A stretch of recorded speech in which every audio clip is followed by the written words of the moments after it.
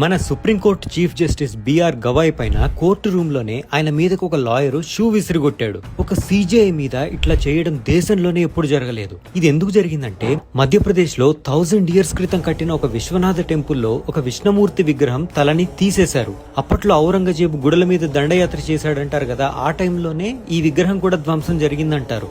అప్పటి నుంచి అంతే ఉంది ఇది.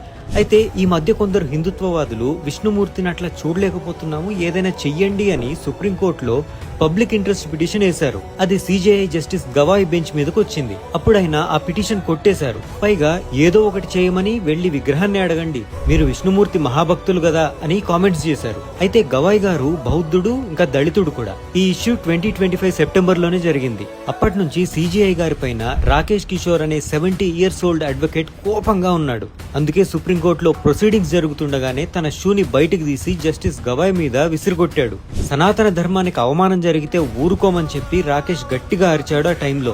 ఈ మొత్తం ఇష్యూలో అసలు ఎవరిది తప్పంటారు? మీరు కామెంట్ చేసి చెప్పండి.